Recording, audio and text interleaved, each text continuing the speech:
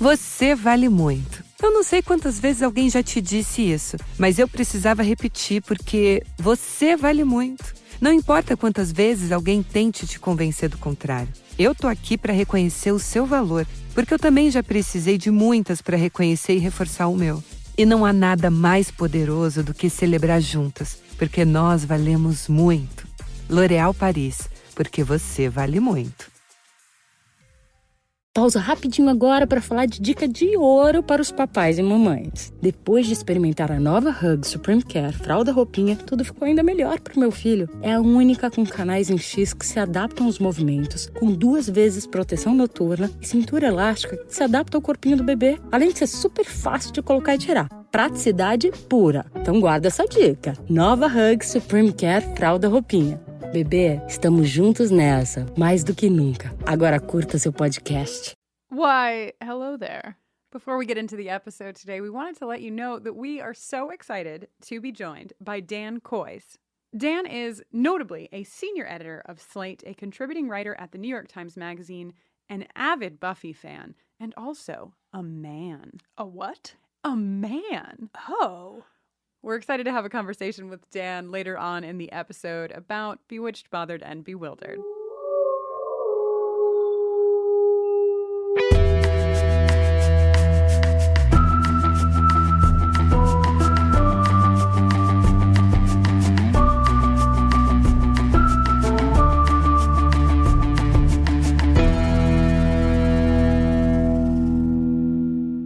Hello and welcome to Buffering the Vampire Slayer, a podcast where we are watching and discussing every episode of Buffy the Vampire Slayer, one at a time. I am Jenny Owen Youngs. And I'm Kristen Russo, and this week we are talking about Season 2, Episode 16, Bewitched, Bothered, and Bewildered. Great. Speaking of songs, stay tuned at the end of this podcast every week for an original song written by us and thankfully not sung by me, recapping the Buffy episode we are discussing. Bewitched, Bothered, and Bewildered was written by my friend and yours, Marnie Noxon, and directed by James A. Contner. It originally aired on February 10th, 1998. Just 4 days before Valentine's Day. Which is relevant. It is, because this is the one where, as Valentine's Day approaches, Xander tries to improve his love life through witchcraft and finds himself with too much of a good thing. We've all been there. Have we? You practice witchcraft for love? Sometimes in a young girl's life, one must seize the, seizing. See, I know all about seizing. I've learned a lot about seizing in the last couple of episodes, actually. So we open on a necklace. A necklace in a cemetery. We do. The necklace is really pretty. And the necklace is a great jumping off spot for Buffy's sick burn. Because it's shaped like a heart. And she's like, does Cordelia even know what one of these is? Right. Yeah, and Buffy and Xander have a moment here where Buffy's like, I think you could date someone better, which is quite a risk to take, I think. Like, I know we're in high school here, so maybe we're not thinking about things, but that's just like, have you ever told somebody that they're dating that you think that they could do better? Is that a conversation that you've had with a friend? No, I think that's a conversation you have with your other friends behind that friend's back. Right. I mean, I've certainly gotten frustrated with my best friend and have said, like, you need to start picking people that you will be with for longer because you want to get married. Like, that's the goal you have. But I've never been like, hey, this person you're in a relationship with is not that great. Is not that great, because you're really opening yourself up to a world of possibilities there. They could be together forever. And then you've always been that girl in the cemetery that said you think that Xander could do better. It's just a risk. It's all I'm saying. I have had people say to me, I think that you could do better. Yeah. Was it me? I said that to you. And it was when I was trying to date you. You did say that to me before we were dating. But other people, I've dated enough people, I guess, for that to have occurred a number of times. And it just makes me not trust my friend. Yeah, that's the thing, is even if you're dating a horrible person, you are dating them because you're probably having feelings for them, and it's really hard for you to see out. And I've known people where all of their friends have been like, this person is not good for you. You shouldn't, and they can't see out. It's very hard to see out of love. But whatever. Buffy has Regardless. Buffy has said her thing, and Xander is rolling with it. Because Xander's kind of like, I don't know about this thing either. Like, because Xander and Cordelia, what I love about their relationship is that both of them are like, how is this happening? You know, like neither one of them is like infatuated with the other. Yeah, they're at just sort all. of like, what? They're just like, why do I have these feelings? Why? This doesn't add up at all. So, which is great. Yeah, it is great. It's really fun.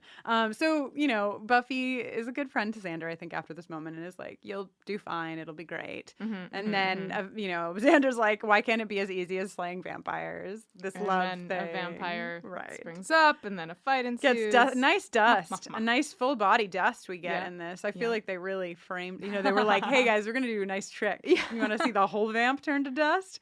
So after the credits, we cut to the Cordettes, who I would like to refer to as the plastics in this episode, if that's okay with you, Jenny. They can't be the Cordettes anymore. They can be like, I just saw them and thought plastics, you Wow. know, it just screamed out at me.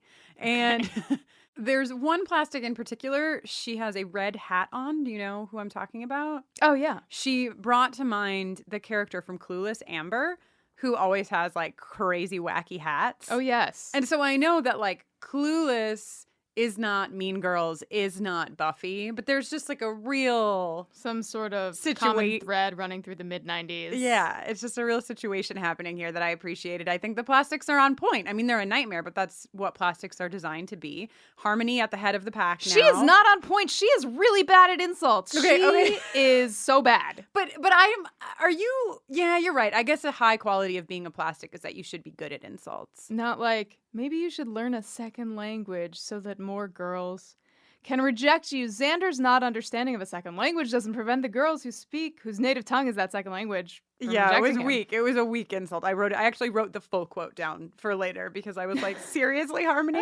But I think Harmony is, I mean, you know, because Harmony is stepping into Cordelia's shoes and She cannot fill them. Right. I mean, I think the bigger point here is, can anyone fill Cordelia's shoes? Amazing question. Tisk, tisk. I think not. But anyhow, we open here, and of course, the plastics are rejecting their leader. Bold move. Mutiny on the Bounty. Total mutiny. Because somehow, and we never find out. Do we ever find out how they know about Xander and Cordelia? I don't think so. Which is like a major plot point. I would like to know how they found out. Did somebody see them necking on Lover's Lane? Ooh, maybe. You know, what happened? Is it because of the hole in the top of the car? Yeah. They're now, you know, the windows aren't steaming up enough to conceal them. How has it happened? Then we go, so Cordelia, whatever, there's this big reveal. Cordelia's like, oh shit, my cover is blown. And then we cut to class, I believe, where the teacher is like, hand in your papers and blah, blah, blah. Everyone, please take note. Everyone's papers are handwritten on loose leaf paper. Time was. And I forgot that, like, when you had to write a paper, you had to write a paper. Yeah, dude. Whiteout was your best friend. Hell yeah. Anyway, so everybody's handing in their handwritten papers, and then Amy does her magic on the teacher. Yeah. And stares into her eyes. And what I want to know is what happens after that. Like, is the spell that Amy did, because it seemed like the spell was for the moment. Like, she was like, if you don't hand in your paper. So she had to, like, confuse her. But then what the teacher... What happens later when she's grading papers? Right. And when Does she hands... still see that invisible paper? Is there an invisible paper? Is she like, wow, Amy, great job writing on the history of Salem? You know what I mean? Like, plus. Right. Or maybe she just marks the grade down right then. Right. Just for Amy. Whew. Anyway. So Willow and Buffy and Amy. Oh, that was great. Willow great and Buffy gals hey, moment. Amy. Hey, Amy. So that we all remember who Amy is from season 1, episode 3, Witch. And they're all like talking about going to the Bronze for the Valentine's Day dance. And Buffy's like, oh, Valentine's Day is just like a dumb commercial holiday. And Amy's like, bad breakup. Huh? Which is like, what are your feelings on Valentine's Day? We should really talk about that. Oh, I think it's so stupid. But however, but also, like, if it's your thing, great. Well, no, that wasn't my butt. My butt was like it was a personal butt for us, for you and I, because you say you think it's so stupid, but there have been Valentine's Days in the very recent past where you have written me a card, given me a card and a gift, and I've been like, oh, Right. Oops. It's Valentine's Day. Yeah, So- well, the thing is, like, if I didn't do that, do you know how much trouble I would be in? Is that really So much is that trouble. really the truth? Are you only doing it to stay out of trouble? No, I'm also doing it because you're a wonderful person and I want you to know that. But I'm just as comfortable reiterating that on any other day of the year besides February 14th. Right. No, and I agree with you. I mean, Valentine's Day, I'm like, oh, brother, right? It's just a super commercialized situation where people are going to dinner and buying chocolate and hearts and what have you. Yeah. But at the same time, this is how I feel about a lot of like holidays and human things is like, so I feel like mostly we need reminders to do nice things that like without the like, okay, today is the day where you fill in the blank. A lot of us wouldn't, like, we get very caught up in our lives. Right, sure. So I have a lot of hesitation about the holiday of Valentine's Day in general, but I also am like, this is nice. I always feel like this is nice when, you know, we exchange something nice for each other because every other day we're just like, did you do the dishes? Okay, great. Like it's, so those are my complicated feelings on Valentine's The person Day. who asks if you did the dishes is always Kristen, and the person who says, yes, I did, is always me. Just so we're clear. Except on Valentine's Day when like I'll do the dish. I always do. It's like a fucking big deal special Right, event. right. It's like- marquee item. I come home from somewhere and the dishes are washed, and Kristen like pops out like Tom Cruise in Risky Business, and she's like, did you notice anything interesting in the kitchen? I do think it's funny that like on high holidays, I'm like, I have given you the gift of, and it's the thing that you do every other day of the week. And I'm like, today. It means a lot though, because you do it so rarely. It means a lot when you do For the record, I do a lot of other things. Yeah, just so Kristen the listener knows. It's high functioning in this relationship. Just dishes Anyway, aren't really my it's thing. a team effort. Moving right along. Yes. To Giles and Jenny Calendar. They have a moment right after this. Everybody's in the hallway. Xander and Willow are just costume coordinated to the nines. Oh yeah, they are matched. In this scene beautifully. It's just like a very nice visual with the orange and the orange, whatever. Giles, Yo.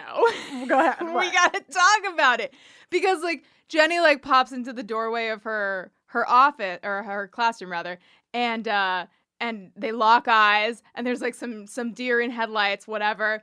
And then she's like, oh, I'm so glad we ran into each other here in the school where we both work right outside of my classroom that you must pass by for various reasons at different times during the day. What are the odds? Oh dear heavens. Yeah, it's so bizarre. It's like Giles must know that that's her classroom, right? Yes, of course. But everyone is like, oh dear, what a crazy twist of How fate. did this happen? Yeah. And then there's this real rough moment where it's just like the same thing, this like replay of like Jenny fucked up. Giles is very, very adamant about being on Buffy's side. You know, he's like, Hell yeah. I will not even look at you in a way that might suggest to my Slayer that I'm not on her team. Best dad ever. Yeah, no, seriously, best Number dad one ever. dad. And so they kind of leave Jenny Calendar in the dust here. It's unresolved. Willow and Xander are left like, ooh. Yeah, everyone Well, looks that was super awkward. uncomfortable.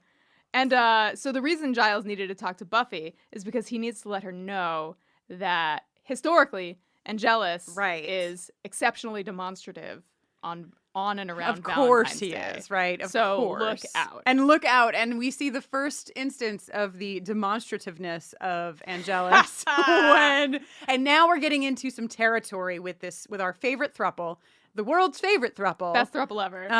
We're really starting to peel back the layers and see the truth of this So throuple, which is that Angel is like, fuck you, Spike. Drusilla, like, if push, and he's such a dick about it, because he's like, if push came to, like, he has this attitude of like, if push came to shove, she would choose me. I'm not gonna push it, man. But like, just so you know, like, I could if I wanted to, you know, and Spike has given Drusilla this beautiful necklace. It's such a bummer for Spike in this moment. I really am not happy. He meticulously picked that out and stole it from somewhere and or then someone. Angel comes over and not only drops this like warm, near to still beating heart from a quaint little shop girl. Nice line. Very nice line. For Drew, but then also, to add insult to injury, puts the necklace on Drew.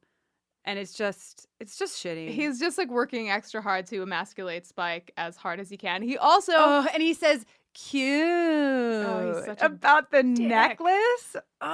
It's also important to note here that Angel's eyeliner is approximately twice as thick as it was. He's getting eviler. The last time we saw it. Right, an indication that things are getting Soon even he's just gonna darker. be in full kiss makeup. Yeah. And Drusilla, just before we go to the next bit of this episode, I want to give a shout out to Drusilla for her response to the heart. She's God.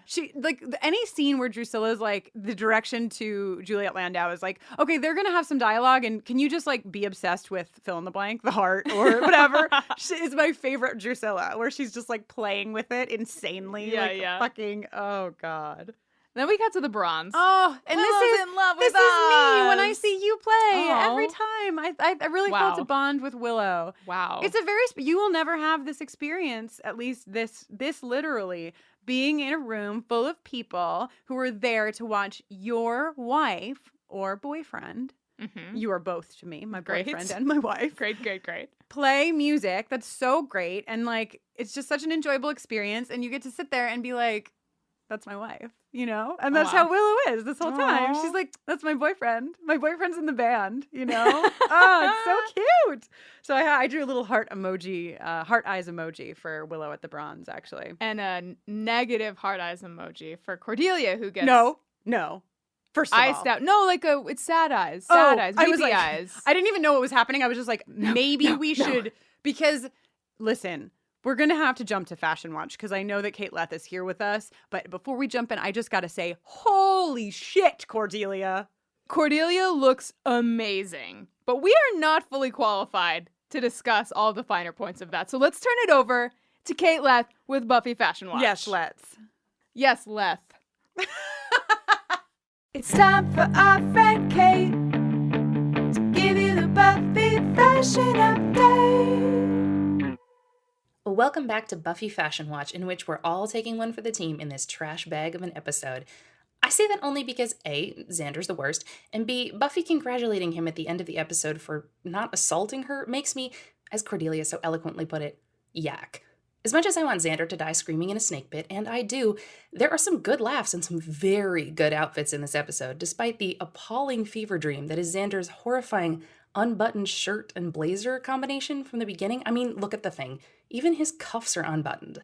Bewitched, Bothered, and Bewildered is not kind to Cordelia, but my God, does she look flawless.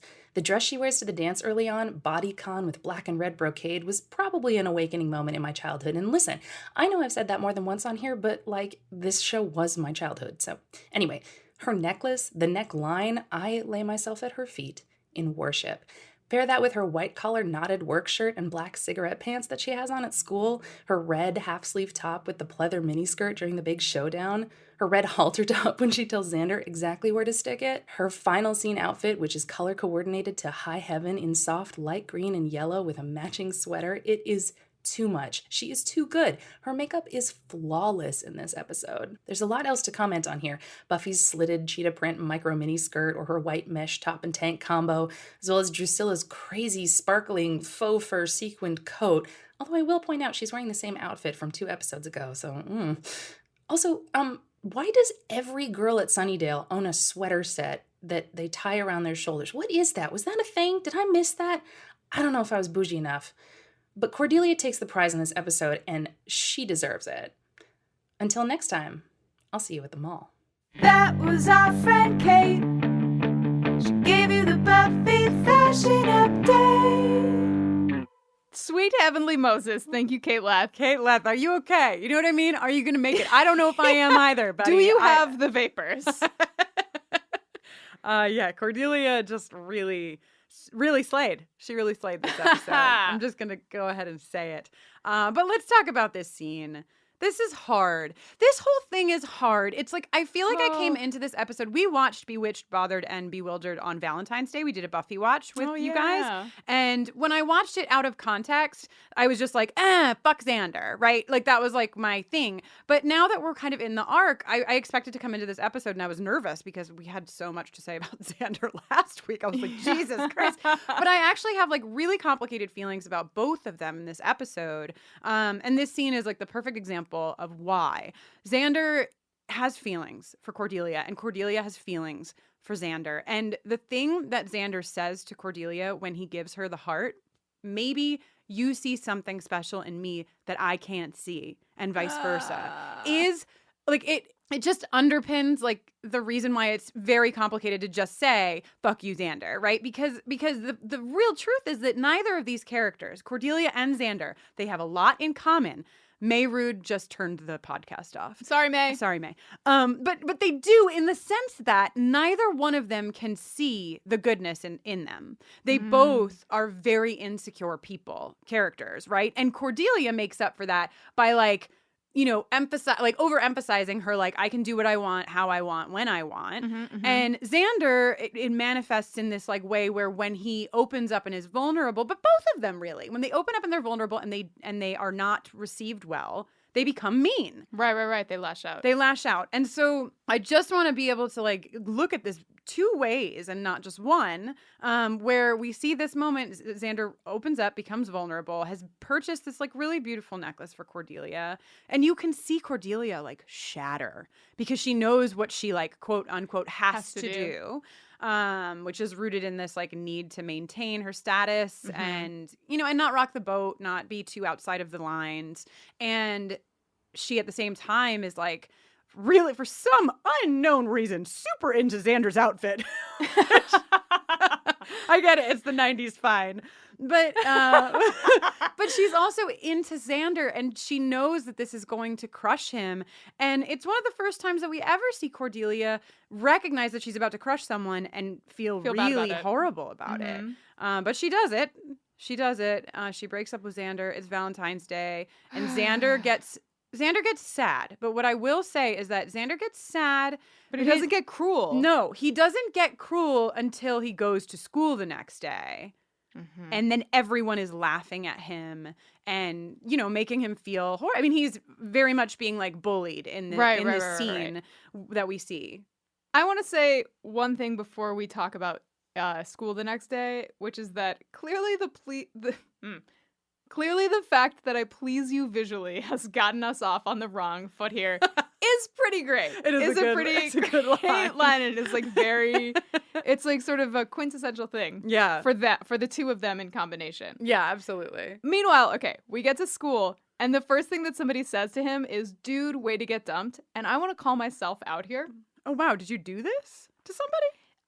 I think like my like bizarre nature in high school, some of the time, was to like insinuate myself into situations that had nothing to do with me. Right. And say, maybe not as deliberately like mean as this person intended. No, I can hear you say it. Like I can hear the Jenny voice of like, dude, way to get dumped. I can hear you. So, wow, Jenny. So I'll got just a little bit of that bully inside of you, eh? Leaping into the void. Goodbye. It has been my pleasure to serve you. But yeah, high school. Ouch. Yeah, just what a place terrible to be in high school. High school is like a living gossip magazine. You know, just like the museum of gossip. It's just like gossip magazines come to life where everyone cares about everybody else's shit. So then that's what turns Xander. I mean, it's the combination. It's like a 1-2 punch for him. Yeah. It's that he's been rejected. He has a broken heart. He's very insecure. And then on top of it all, he feels like everyone at school is laughing at him. And they are. It's not even in his head. Like, it's real life. They're laughing at him. Also, we skipped over a scene because someone is not at the Bronze, and her name is Buffy. Oh my gosh. Right. And it's the classic knock, knock, nobody's there. Oh my gosh, I just came back and my mom is gone and the music cue is telling me I should be really stressed out about it. So I'm going to the back door. Tell me what florist is like, would you like the flowers in a vase? Would you like them wrapped in cellophane? Yeah. Would you like them in a black box with a black bow? Definitely whatever. A black box with a black bow. A black box with a black bow at your local florist. No, for Valentine's Day. Day. Next to Willie the bartender, there's like a vamp florist, you know? They have like a whole underground commerce situation, I think. Yeah, there's probably like a whole thing. Like a trading, secret, a vampire trading post. Wow. Great. Okay. So anyway, Joyce, first of all, Joyce is eating popcorn by like tossing it at her face. Before Buffy gets up to go to the front door, Joyce definitely has at least one piece of popcorn in her boobs. Like I saw it fall. I saw it, Joyce, and I know that move. It's I'm home alone or only with my daughter, and I don't care about popcorn all over my boobs. But yeah, so Joyce, and I am like, man, imagine that your daughter, you have a 17-year-old daughter. Somebody mysteriously delivers a black box with a black ribbon with roses in it. She opens it and it just says soon, which your mind is going to go to a lot of places, but it's not going to go to somebody left these for you and it's fine. Right. And when you ask, like, Buffy, what's up with this? But I guess, like, you're a teenager, so you're just like, nothing, Mom. You wouldn't understand. Yeah. You wouldn't understand that I fell in love with this vampire and he had a soul, and then there was a Romani curse, and it's a lot to explain. Great.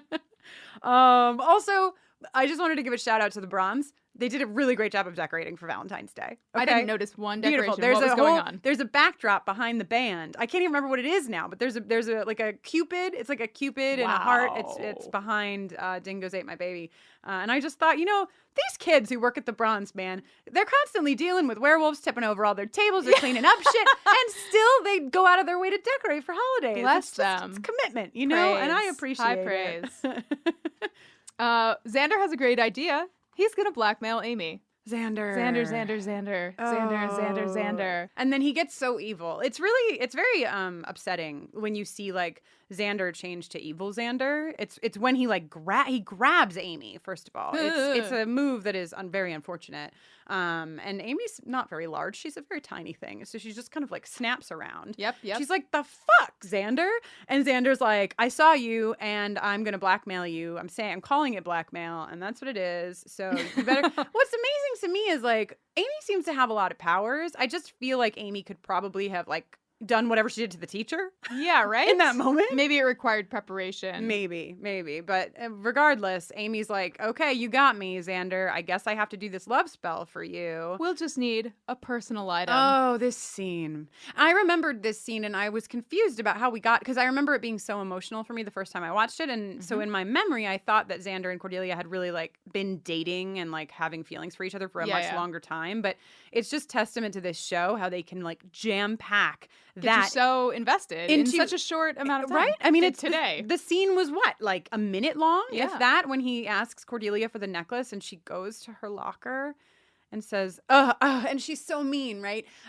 Yeah, of course I'll give it back to you. And I'm glad we're not dating because now I don't have to pretend to like it. But she loved it. Oh, and she's wearing it because she loves it. Under her shirt. And regardless of how I feel about that combination, there's something about it. No, there's something, regardless of how you feel about the combination, it is Cordelia having feelings. And which is it's a thing. It's a thing to be reckoned with. And she takes off the necklace. She gives it to Xander. We're like, oh man, this is like the scene in every movie when you're like, can't you guys just talk to each other?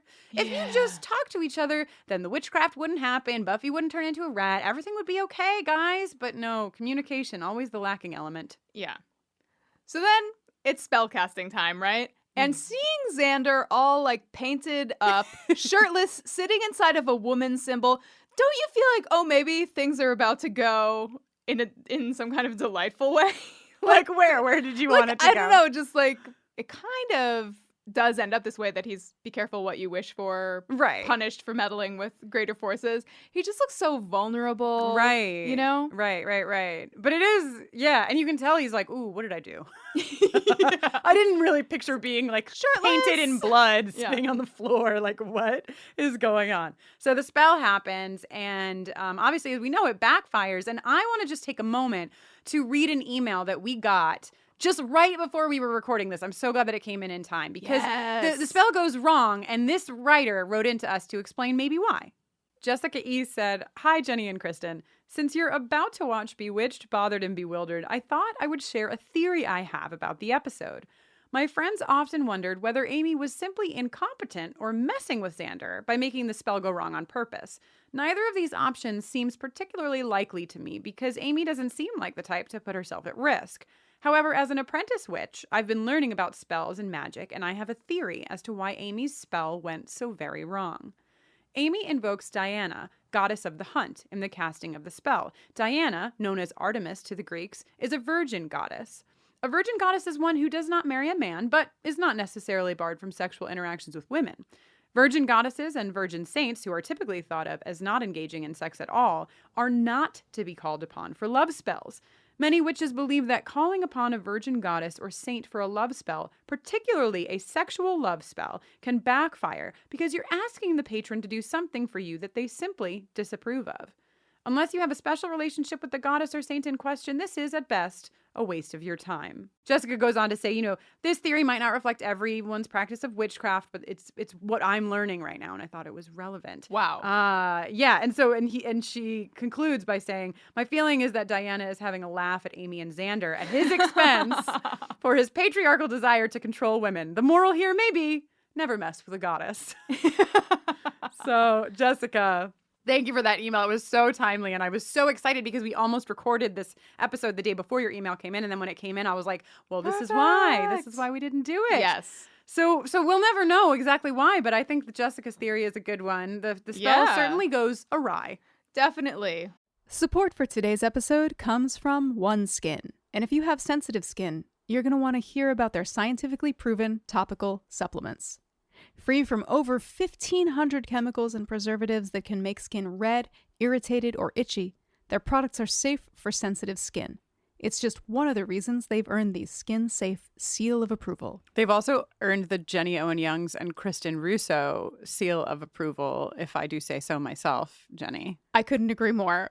I've been using OneSkin for a few months, and after a few weeks, I remember it like it was yesterday. I texted Kristen and I was like, maybe she's born with it. I looked in the mirror that morning and was like, oh, things are happening, and I am happy. I have used 1 billion skin products, and I did not think that I was going to switch off of the skin lotion, the moisturizer that I used, and the under eye cream that I use, because I have used them for a little while and I really like them.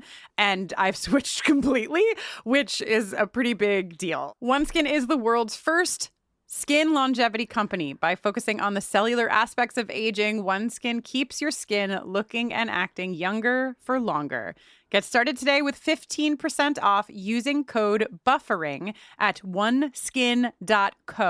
That's 15% off at oneskin.co with code BUFFERING. After you purchase, they'll ask you where you heard about them, and if you can, please tell them that we sent you. Pausa rapidinho agora para falar de dica de ouro para os papais e mamães. Depois de experimentar a nova Hug Supreme Care Fralda Roupinha, tudo ficou ainda melhor pro meu filho. É a única com canais em X que se adaptam aos movimentos, com 2 vezes proteção noturna e cintura elástica que se adapta ao corpinho do bebê, além de ser super fácil de colocar e tirar. Praticidade pura. Então guarda essa dica. Nova Hug Supreme Care Fralda Roupinha. Bebê, estamos juntos nessa, mais do que nunca. Agora curta seu podcast. Interrompemos esse podcast para perguntar: quem você quer ser? Designer, engenheira, pedagoga, administrador. Quer saber? O Senac EAD é nota máxima no MEC. Tem cursos de diversas áreas, com conteúdo elaborado por especialistas do mercado e professores mestres e doutores. Ainda tem o Senac Carreiras, conectando estudantes a vagas de emprego em todo o país. Saiba mais em ead.senac.br/graduação. And here we go down the lane of everyone falling in love with Xander. First, he rolls up very cockily to Cordelia's table and is like, hey, ladies, waiting for... I love this moment when he's confused. He's like, Cordelia, maybe love just doesn't look very different on you.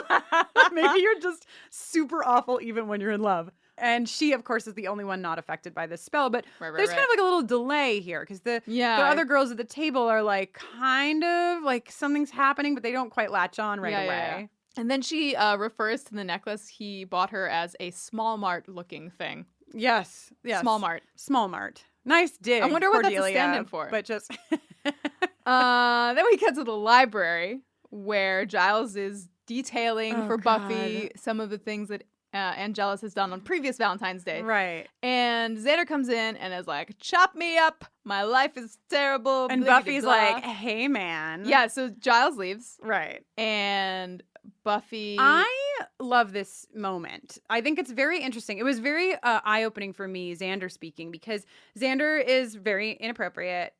he does like a very Xander thing here where he's like, hey, Buffy's like, oh, you want to hang out one-on-one tonight? And he's like, yeah, if that involves lap dancing, which made me throw up on myself and I had to clean it up. And then when I came back to the episode after that, I was like, oh, how's this going to go? Because then Buffy is like, maybe you will get what you wish for. And he's like, blah, blah, blah, what? Right. And he does this like triple take where he's like, wait. Like, it just became very clear to me sort of like some of the intentionality in his really shitty things that he says is like that he's so self-deprecating that it comes across as not even that when he's saying it, he's like, isn't this the most hilarious joke you've ever heard? Yeah. That, like, and it's of course like a shitty way to joke, but it just really was eye-opening to me because then when Buffy takes it seriously, he's like, wait, what? What is happening? So they're like, Buffy and Xander are just about to kiss, and then Amy is like, can I talk to you? And Xander's like, I guess. They go outside. She like starts indicating that she wants to spend more time with him, and then she says like exactly the same thing that Buffy just said to him. It's very sad. And then he has like, you see the realization come across his face. He's like, oh. Because he's just had this moment where he's like, what? Buffy has feelings for me? And then like 1 second later is like, oh, of course she didn't have feelings for me. My insecurities were of course right all along. Nobody would ever be into me.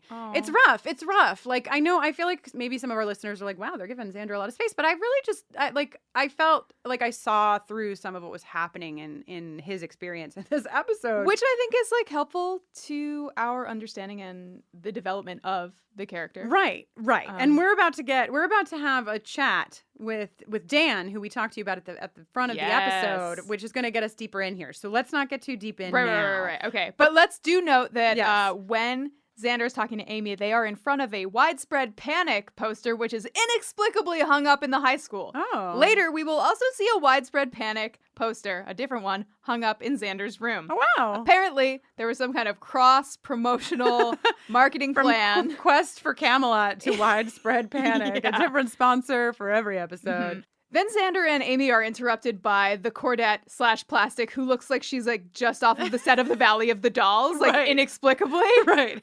Styled from the 60s. And then Xander's like, I gotta get out of here. Yeah. Let me go home to my safe room. My safe bedroom where I have my bed that no one else is in but me, except, surprise, Willow! It's Willow. Oh, Willow. This is a great scene for Willow. Shout out to Allison Hannigan, who crushes this so hard. My favorite part, which I have to assume was her choice, was that she puts Xander's entire mouth in her ear. Nope. She puts Xander's entire ear in her mouth. Oh my God. Goodbye. If only it was the other way around. Sexual foreplay by Willow. Yeah. But yeah, serious. Like, she really goes for it. And it's great. It's great. And Xander's like, oh God. And I like the moment where Xander's like, yes, Oz is Xander. You should go to him. Amazing. He is me. Fast thinking. And yeah, he's really... Unfortunately, it doesn't work. It does not work. And then we go to this incredible scene where Xander is walking through the halls of the school. And I'm sorry, I just want to say that I do think this is a bit of a heteronormative love spell. Where is Larry? You know what I mean? Where are the this would have been an outing spell, because I would imagine that all the gay boys would be looking lovingly at Xander. Like, could have outed some people, but luckily it was heteronormative, so don't worry, everyone's safe. We want to talk to you about this music cue, but we actually get into that in our conversation with Dan Coyce. And at the beginning of the episode, we told you a little bit about Dan. He's a senior editor at Slate and a contributing writer to the New York Times Magazine, but he's also notably one of the former co-hosts of Mom and Dad Are Fighting, which is the parenting podcast on Slate. And he's also in the midst of writing a book about parenting outside of the East Coast bubble, traveling across the world with his family right now. So we thought it would be really fun to talk to Dan, both because it would be nice to have a man's perspective. Isn't everyone always after a man's perspective? But in all seriousness, please tell us what you think. But in all seriousness, we did think that it would be really fun to dig in a little bit on Xander in this episode with a focus on parenting and some of the larger structures that affect Xander and the other characters as we go through Bewitched, Bothered, and Bewildered. So let's go to Dan. Welcome to Buffering the Vampire Slayer. We are so happy to get the chance to talk to you. Especially this episode, I think, is actually a really special episode to talk to you about. For sure. Tell me why you believe such a thing to be true. Well, first of all, we've brought you here today to speak on behalf of all men. Right. No, explain yourselves. No, it's cool. I've been delegated by all men to speak on their behalf. So Perfect. You got all the signatures you needed. Perfect. Yeah, that's it turns great. out you don't need a full quorum. You just need 51%. But in all seriousness, we know that you have co-hosted Mom and Dad Are Fighting, the parenting podcast on Slate. You are a parent yourself. And so we thought it would be really fun to start by talking about both Xander and Cordelia in this episode, actually. There's like a lot going on for them, and they make some really bad choices about how to handle their emotions. And so we thought, with the expertise that you have in particular, do you have any thoughts on how to best raise better Xanders and even better Cordelias? That's a really good question. Now, I would note that I am not really a parenting expert so much as I am a parenting example. Most reasonable parents don't believe themselves to be experts in anything and recognize that they are just muddling through. The ones who do believe themselves to be experts are usually the assholes. Right. The question of how to raise a better Xander in particular as a representative of all men is one that I have thought about quite a bit. I don't have sons. I have daughters. But I have thought a lot about the way that the parents we meet raise their boys and the way that those boys interact with all the girls in their lives and all the women in their lives, not just my kids. You guys talk a lot on this show about the damage that the patriarchy commits and the damage that it creates in the world of this show and in the world at large. And Xander, of course, is always example A, not only of the patriarchy itself, but of the damage that the patriarchy can create in unsuspecting young people. He's a fragile soul, and this episode really puts him through the ringer, or rather, he puts himself through the ringer because of the extremely terrible choices that he makes. And so you wonder if he had had parents who, unlike, for example, say Amy's mom, said it's not a great idea to use witchcraft to just like settle a score with a girl who you were dating for like a week. Maybe that would have been better. Right. It's possible. We'll never know, but we'll never know. But I'm curious what you guys think. Like, what do we know about Xander's parents? What do we know about how he was raised and what that home life is like? What we know at this point is that his family seems to be dysfunctional. His parents seem to be absent. In a recent episode, he called home to tell his mom that he wasn't coming home for the night, and she didn't know who he was by his voice. He had to be like, "It's Xander." Right, it's Xander, Mom. That's right. I remember that now. So we don't get the sense that they, for example, have done gender consciousness training with him. Maybe... I'm going out on a limb here. Yeah. I would say probably not. I mean, it's California. You never know, but yeah. Right. No, not the Harrises. So do you think that your daughters will watch the show? Or is it going to be part of their homework? Will they have to watch the show? Oh, How is that God. going to be handled? You can't imagine the hours of conversation that my wife and I have had about what is the best way and time and manner to present Buffy to our children. How do we best ensure that they love it and that we don't present it at a time where they will simply reject it out of hand because it was presented by their parents. So we have to show that it's cool, but we have to not show that we care about it so much. Right. They can't know how important it is to us. There's probably, I can't actually think of anything in the world of pop culture that I want my children to like as much as I want them to like Buffy. And so we'll just be biting our lips as we present this thing to them. And if they reject it, I mean, that'll be it. That will be our ultimate failure as parents. It will be, we will be the Xander's parents of the world. If we can't convey this to them, we'll check out and we will have nothing more to do with them heretofore. We wish you and your wife well on your pursuits. I have a question. Go ahead, yes. As a representative, again, of all men. Right. Do you think that we should be worried about being too hard on Xander? This is a tough question for me. You guys are really hard on Xander. Xander, like almost every teenage boy in the world, is horrible. Yeah. However, I do think that there are times when you guys could cut Xander a little more slack with the recognition that I think most of the time Xander's heart is in the right place. Now I recognize that in the world, people's hearts being in the right place haven't really actually done shit for most people. Nevertheless, for a kid that age, to be thrown into the situations that he's thrown into, to obviously have like no good parental supervision or role models in his life. Like, for example, in this episode, when Giles expresses to him how disappointed he is in him in the stupid thing that he did. And when he sends him away, actually, from the library because there's nothing he can do, and he says, get out of my sight. His disdain is incredible. But what's also incredible is the way Nick Brendan responds to it. Clearly, no adult figure has expressed any kind of disappointment or even interest in Xander for like decades. And right, like nobody's cared enough to be disappointed There's in him no before. one who has felt that, who has like expressed to him so clearly that I, a person you respect, am disappointed in the choice that you made. That it makes me feel like it is a miracle that Xander turned out even as halfway decent as he can very occasionally reveal himself to be. So Totally. So as a representative of all men, I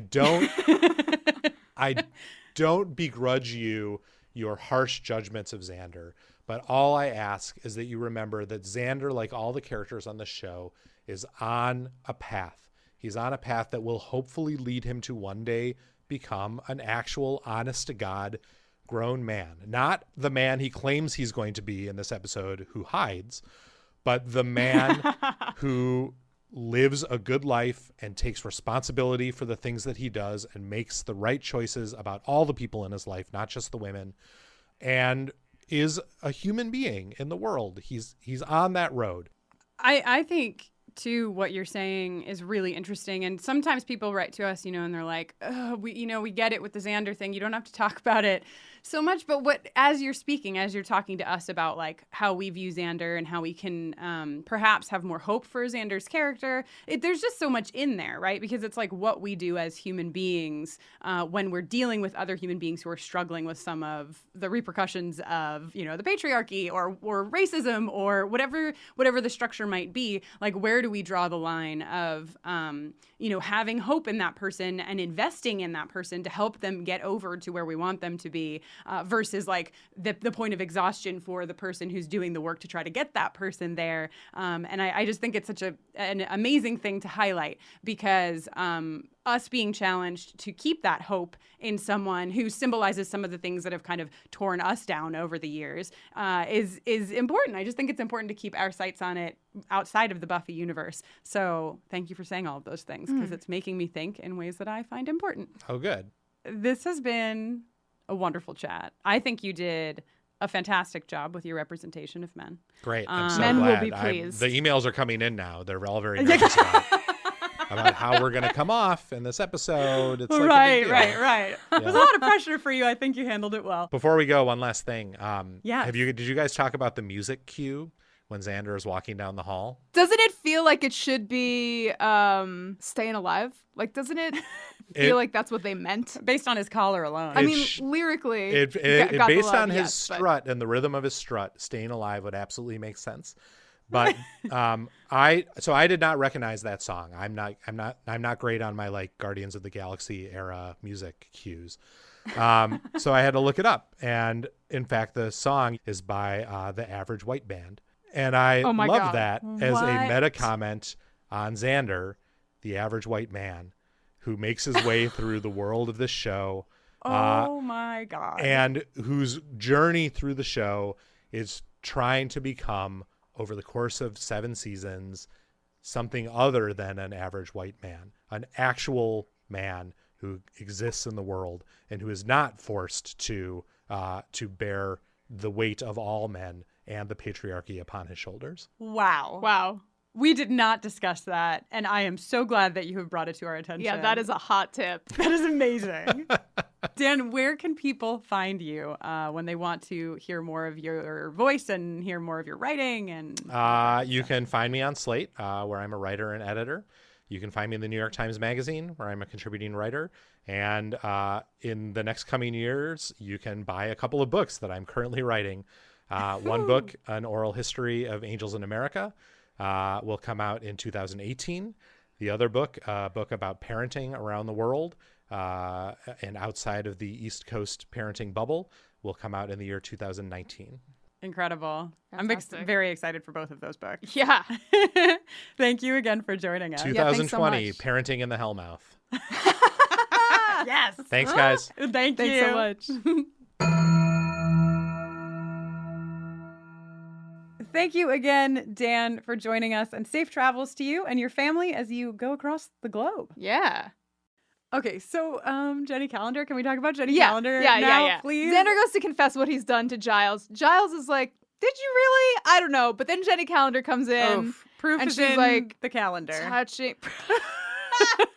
She's like rubbing Xander's arm increasingly and like keeps getting distracted. She's trying to reconcile with Giles, but she can't even get through a sentence without being like, I'm going to tell you what, "Did you I've start had. working out?" I don't always have the best time with Jenny Calendar and her scenes. But this is like this peak is her. she is on. Like Yeah. this is like her perfect direction is like be obsessively in love with Xander. She just nails it. She is like a puppy dog and also like an evil snake. Yeah. Like she's like all of the things in one. oh my God. And when Giles drags her away and she's like, Right. She's reaching like moaning, behind her. reaching. Yeah. And then Xander is like, I know what to do. I will block the library doors with the card catalog, but maintenance has come by sometime between school hard and now and flipped the hinges on the library doors not because even they now flip them. open from they the outside. open both ways now. They push in and out. But before they were able to block those doors. Right, So right, that's right, right. a new development. They New were development. like, "Come on, guys, you're at level 2 now. Level 2 of the Hellmouth. You have to be able to defend yourself with swinging doors."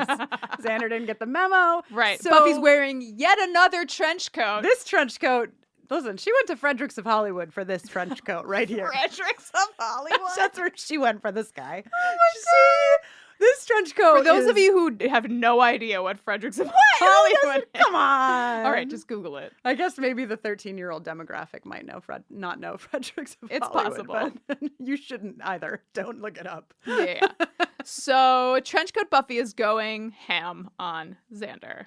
She really is. This is a moment. It's also, I feel like she like went home, got a spray tan and a sexy trench. Like she just looks like more tan in this scene than she did before. So she is like straddling Xander on the stairs.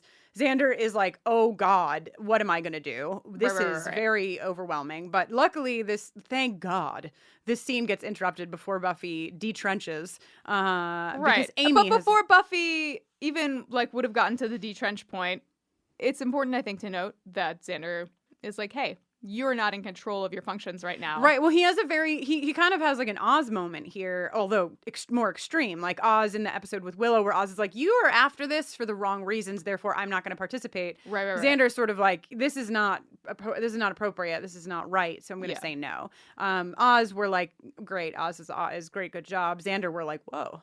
Xander, surprised, a little bit surprised that Xander's making some good choices in this episode. Some horrible choices, but some followed good choices. by some good choices later. So in comes Amy, and Oh, Amy boy. is ready. She's like, I have prepared all of my spells. I'm knocking every girl down that stands in my way. And she does. First of all, Buffy, shout out to your crazy eyes in the moment when Those wild eyes. Oh, like just Sarah Michelle Gellar whips her head over her shoulder. Incredible moment of crazy eyes. And then Amy busts out her, who does she call on now? Hecate. She busts out her Hecate spell and turns Buffy into a rat. Hooray! What a delight. A little rat. It's really, really Sweet little special. rat. Great. I just want to say great rat acting. Great. This rat was well cast. Absolutely. Does a tremendous job. Rat did a great job carrying a tiny little camera on its tiny little rat back so we could get a rat cam. I love a rat cam. I'm not gonna kid. I really do. And then Oz, while they're without trying to catch Rat Buffy, Giles has come back. Right. And while they're trying to capture her, Oz rolls in and punches Xander in the face for reasons he can't quite explain. But he knows he's supposed to have done this. Yes. But then they immediately reconcile. He helps Xander up to his feet. Giles. We talked about this a little bit with Dan. Oh, man. But Giles has this moment here where he is like, I am so disappointed in you, get out of my sight, which is really hard. It's like important. You do feel like it's important, but it's a very hard thing to watch.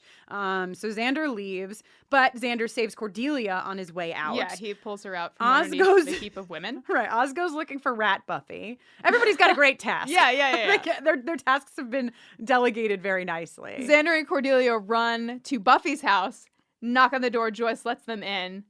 Wait, we missed something that I want to call out here. Jenny Calendar erasing polyamorous, non-monogamous people. Oh my God. Jenny Calendar. No one can love more than one person. No one can love more than two people. I beg to differ. Once. Yeah. I bet I can think of at least one person. It's Gabby Dunn. We know she's real. She's been on the podcast.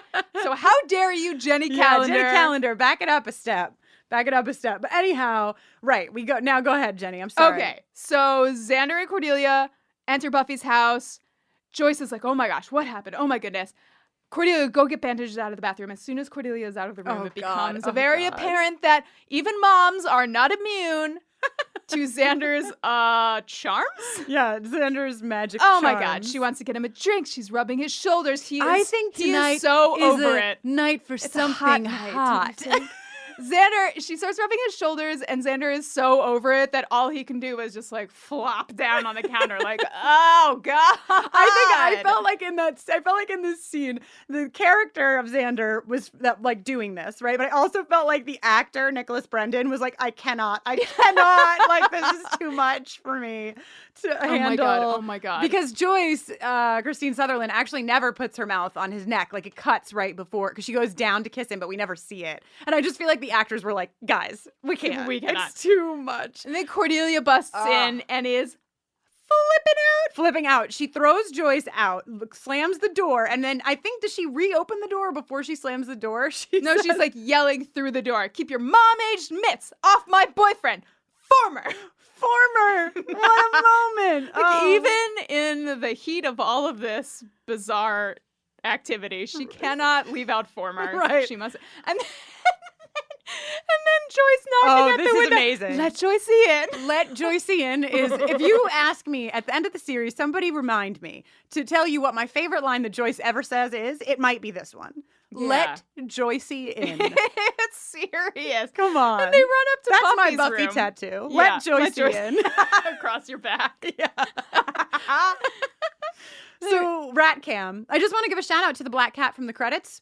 Makes an appearance here. Black cat from the credits has escaped Amy's mom's house, is now living in the basement of Sunnydale High School and chasing Buffy, who's now a rat. Great. Just wanted to... That character has an arc, too.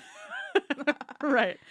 Then Xander and Cordelia run up to Buffy's room, and they're like, okay, we can have a deep breath. But no, because Angelus reaches through the window, yanks Xander out, throws him on the ground, is about to do something terrible when we learn that not only are moms not immune, but also supernatural women are not immune. Yeah, well, and I mean, Xander's always had a way with the supernatural women. I mean, he's really, it's kind of his deal. The she-mantis, the Inca mummy princess. And now Drew. And now a vampire. What a catch. So Drusilla is after him. Oh, God. Then Your face is a poem. I can read it. Should we give her jingle? Yeah. Okay. Drusilla, you fill my heart with dread, and still I'm led right back to you. Well earned. Well earned indeed. Then we cut to, well, we don't cut to, but what happens? The mob arrives? The mob arrives. of women arrives. Drusilla's like, whoa. Okay, sure. Drusilla gets left behind. Xander. Oh my God. I love how Drusilla like busts the door down and then is like, yeah, force fielded out of the house. And you know who else likes that? Angel. Angel loves it. Angel is really amused by Drew not being allowed in. However, everyone else makes their way in. They run to the basement. With Joyce with the butcher knife. It's never going to work for us, Xander. We have to end it with this kitchen knife. Joyce is in full Romeo and Juliet mode. So they flee to the basement. Xander, in record time, Xander gets like 2x4s. Tap. Speaking of 2x4s, little thing to notice if you go back and watch the episode, you may have already noticed it, but when Angel and Xander hit the grass, the whole scene that they shoot then, you can see the supporting beams holding up the roof. They were like, oh, I'm too tired. Like somebody on set was just like, I'm tired, just whatever, it's fine. Someday, 20 years from now, 2 queer ladies will be in the room and it'll be great talking points, so leave it in. Anyhow, so they're in the basement. They've boarded up the thing. Cordelia has this moment where she's like, you mean the spell was for me? Okay, this is like, it just speaks to the complexity of everything that's going on between them, because obviously, like, at least 50% of Cordelia has to be like, how dare you? Right. How dare you, like, because this try to, like, aim a spell at me. But then the other half of her is like, he cared enough to forcefully make me love him with magic. Right. Okay. Very complicated. It's not ideal. But things on the Hellmouth are frequently complicated. It's a complicated situation. And Cordelia's like, love eyes at Xander. Very bizarre. I don't get it. But whatever. They go downstairs and they're complicated. I mean, right. Their emotions, as we've learned in this episode, are really not always placed in the right spots for healthy relationships. Yeah, I mean, twisted. That's where we are. So they get down there. Then in comes the mob. They bust through, right? But simultaneously, Giles and Amy are casting together. Right. God, I love Witch Giles. I'll tell you what. Give me Witch Giles any day. This is the first time we've seen Witch Giles since the episode Witch. Oh yeah. And I love it. To see his tie. I love when he's like calling on things and the wind is flapping and he's plunging his hands into bowls of things. It's great. So the first thing she does is she pulls the rat out of Buffy, but pulls Buffy out of the rat, whatever. She fixes that first. Just as Oz is rolling up on her. Right. She pops up naked. And, if you're going to be a rat and then transform back into your human form and be naked in close proximity to one of your friends, you want it to be Oz. He's so respectful. Yeah. He's so respectful that Buffy seems very calm about the whole thing. Also, it's like she's died once. She's almost died 40 times. She's really kind of not in the normal 17-year-old headspace of being naked, I think. She's like, this is just my life. It's crazy. Except when she's all wet from the rain and she has a cut on her back. Right. And then she's very modest. Yes, then she's incredibly modest. And then the next thing that Amy and Giles accomplish is undoing the love spell, and all the women in the basement who have piled upon Xander and Cordelia are like, what? I've just woken up from the strangest dream. Don't worry. And you were there? Don't panic, because Xander, quick on his feet, thinks, I know, I'll just tell them all, great job with that scavenger hunt. Wait, does it Cordelia actually Cordelia says it? Okay, Cordelia says it. It's one of their brilliant minds says. Yeah. And so they all kind of scatter. Everyone disperses. We go to school the next day. And here we are with the plastics, and we have. Oh my God, Harmony still sucks. Harmony is. I mean, listen, I've got a spot for Harmony, but that has to do with insults. I mean, at insults, and I mean, and is mean, I don't think I would like Harmony at this point, but Harmony. We'll see some stuff with Harmony, so I have a spot for her. Right. But Harmony now is like, it's really awful. She's talking about this guy who, if the first 2 girls that he asks reject him, then she'll get to go with him, and that's like this huge deal, and she's so excited about it. Yeah, just kind of underlining the fact. Sad. Yeah, it is sad. It's sort of. I mean, it's just really highlighting that these girls in this group, and I'm sure many other girls and boys and non-binary people and etc. Great. Are exist in the world feeling like they don't deserve the respect that they in fact do deserve. And we see that with Harmony. We've seen it with Cordelia. We've seen it with Xander. Mm-hmm. We've seen it, over and over again, where what we want is to see somebody say like, hey, fuck off. If you don't want to go with me, I don't want to go with you. I'm not going to play second or third fiddle to this shit. But they're not there yet in their growth. They haven't yet learned. But who's about to learn is our Cordelia. Because after Harmony bumps into Xander and throws a terrible insult at him, Cordelia's like, Harmony, you're a sheep. No, well, first she says, shut up, Harmony. Yeah. Great. My favorite words to come out of Cordelia's mouth. Shut up, Harmony. And then, yes, you are a sheep. And you know what? I'm not a sheep. I do what I want to do. I wear what I want to wear. I date who I want to date.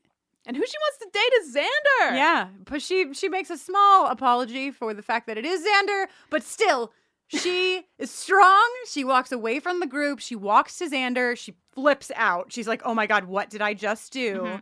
And then Xander is like, listen, we can fight in front of them every time we see them if you want. It's a very nice moment. And Jenny, unless you have anything more you would like to, oh wait, we didn't do the sexual tension award. Oh my gosh. Who is it? I would like to award sexual tension. Unless you want to veto my choice, I would like to give the sexual tension award to Willow and the Axe. Oh, Willow yeah. and the Axe Woo. in this episode. Yeah, they are together. Great. And second runner-up was Rat Buffy and the Cheese. Yeah, but there I was a think strong attraction there. Yeah, I think Willow and the Axe get it. Wow. And when we're almost to the end of the episode, but I don't want to talk about this episode without giving a shout out to Willow, to Allison Hannigan for the scene where she does enter with this axe. And she is in tears.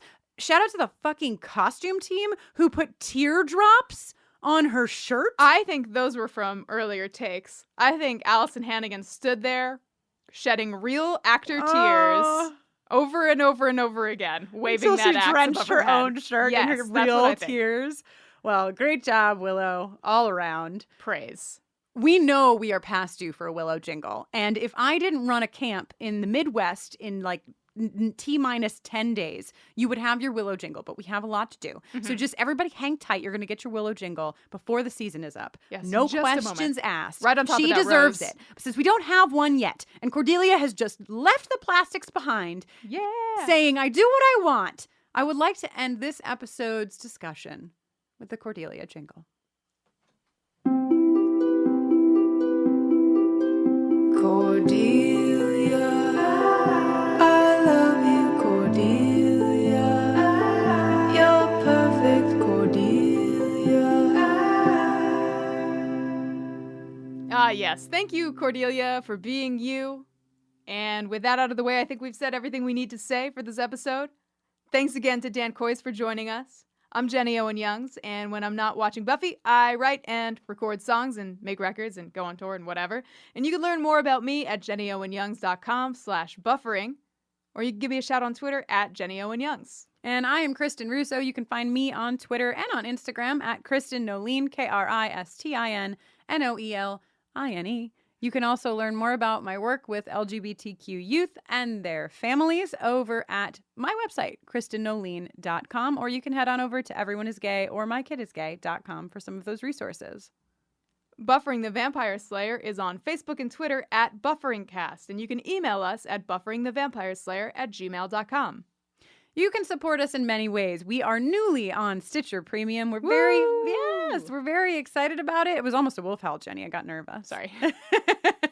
Stitcher Premium is a super fun platform where you can get all sorts of exclusives and bonus episodes, comedy specials. The list goes on. And you can go over to stitcherpremium.com/Buffy and get your first month for free. You can get the whole year of subscription for $29.99 using that promo code. It's a pretty great deal. It's a pretty fun way to listen to us, and it is also an ad-free experience. So if you are not into the ads, you can go on over there and get an ad-free listen of Buffering the Vampire Slayer. You can also go to our store, go to bufferingthevampireslayer.com, click on shop, and over there you'll find some tank tops, some t-shirts, some enamel pins of varying designs, but most of them are about slaying and slaying the patriarchy specifically.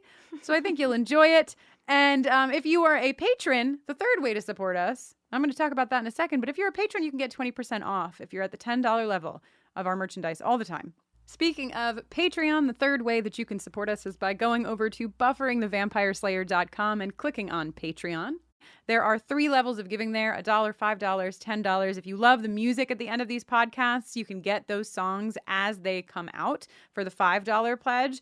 We have fun Q&A videos and bonus materials for the $10 supporters. And for all of our supporters, we do Buffy watches together. And we now have a secret Facebook group for all of our patrons where we have a great time. We do Buffy watches and you all talk to each other, which is probably the best part of it. It's very sweet. Right? It's really great. So again, that's bufferingthevampireslayer.com and click on Patreon. Thanks so much for listening. Till next time. Ow!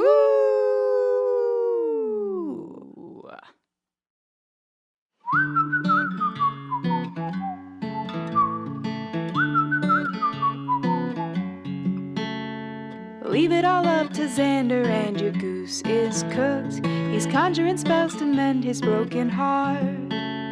Cordelia's chasing plastics and she's overlooked the feelings of everyone she's torn apart.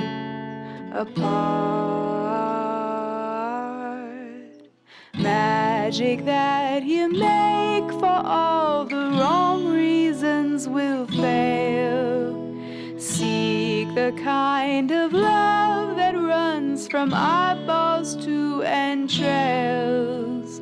Love is what it's about, even on the Hellmouth.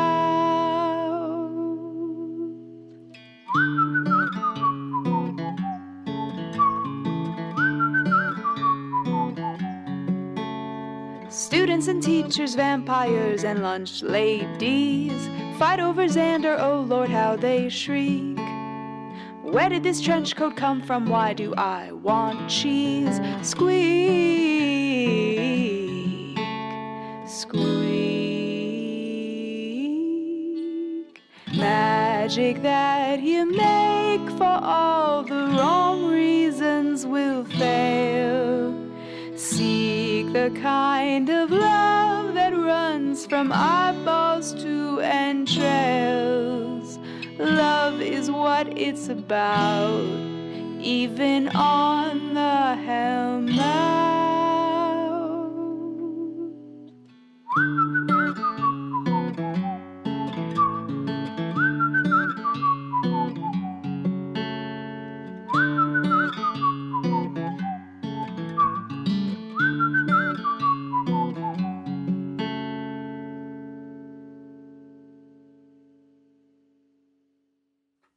We open on a necklace in a cemetery.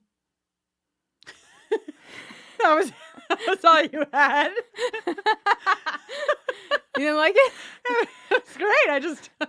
I'm so sorry. I assumed there'd be more. Dana Schwartz, and this is Rise or Die, the official companion podcast for Peacock's original series, Those About to Die.